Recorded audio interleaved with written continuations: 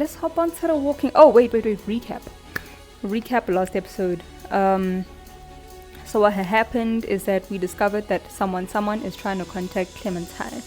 We're like, who the hell would be trying to contact my baby girl?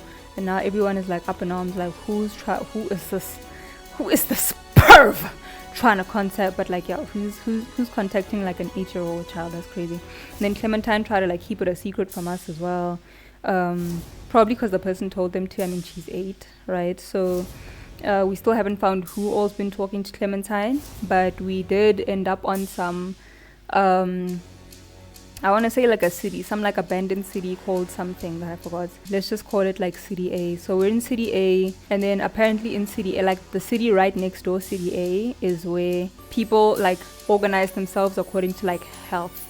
When like the apocalypse and like everyone was turning into zombies and stuff, they were like, all right, if you're a child, we feeding you to the zombies. If you have any type of injury, any type of disability, and any type of like illness, feeding you to the zombies.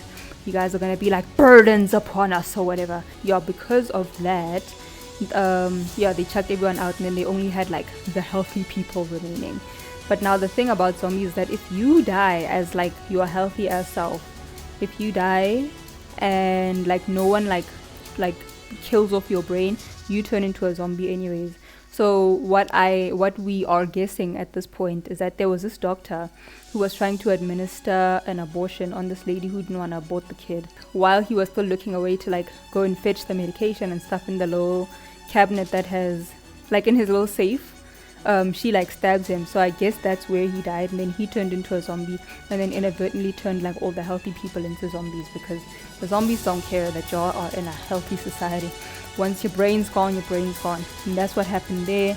So yeah, that's the city that we just came from. We just got medical supplies from there. Clementine, I had to tell Clementine that like, girl, I don't think we're gonna find your parents, because we just came back from that campus over there. On that campus, oh my gosh, it's nothing but pure zombies on there. So when I tried to explain to her that like, girl, I don't think we're gonna find your parents, she starts like crying, and then she like cries herself to sleep, and I go to sleep. Me being Lee, we play a character named Lee, by the way.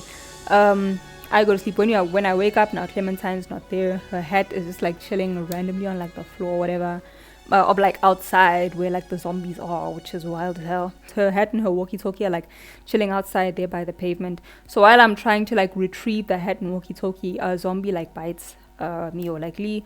So now we are like in the process of like becoming zombies, low-key. And it's bad. That's where we are. Okay, let's go. Non-consensual zombification. I'm saying like the audacity. Like, you guys, you're not even gonna take me out for lunch first. You're just gonna bite. Are we out of our minds? Oh, and Kenny didn't want to help. Oh, sorry, by the way, I asked the gang to help me find Clementine, right? The gang being me, Kenny, what's her name, Krista and Omid, right?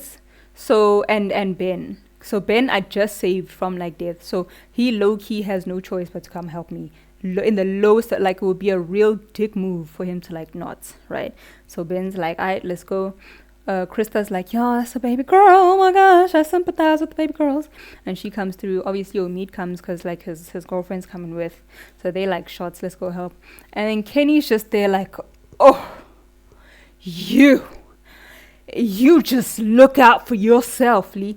Mind you, I've been working hard on my ass since the day I met him. Crazy how a whole apocalypse is happening and people still make time to be dicks. I'm saying, like, mind you, every time there's a task, Lee's doing the task. Kenny's literally just like hovering.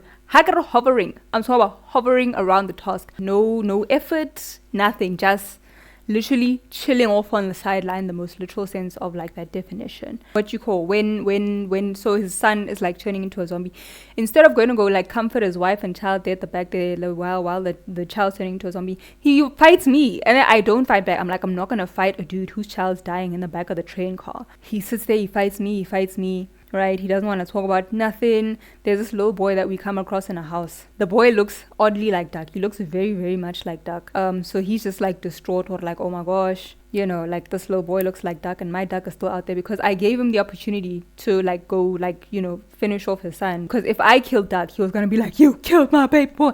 So I was like, no, he needs to like do this and he doesn't kill duck. His wife died now because she didn't have the courage to like kill duck herself, right? So now his wife and child are gone. It's just him. He's busy taking everything out on us. So Kenny did not come help us. I told him to go fuck himself because like what the actual hell are we talking about right now? Yeah, so I was like, dude, like fuck off. If you're not gonna help us find Clementine, then like just like go suck a dick, bro. Like what the fuck? So yeah, that's where we are in the story. But I've been saying about Kenny, look, I really tried to give him like the benefit of the doubt. Where I was just like, you know what? He does things that are like just not egregious enough to like act on, you know what I mean? Like, you know when someone just like walks the fence of like, I'm kind of loyal but I'm also like a dickwad, where it's like he walked such a tightrope that there was never a time where I was like, Kenny's gotta fucking go, except this time here when he didn't want to help us find Clementine.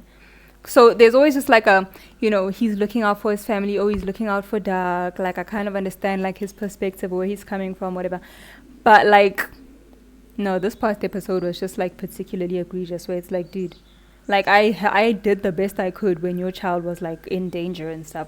I was out there fucking starting trains from scratch.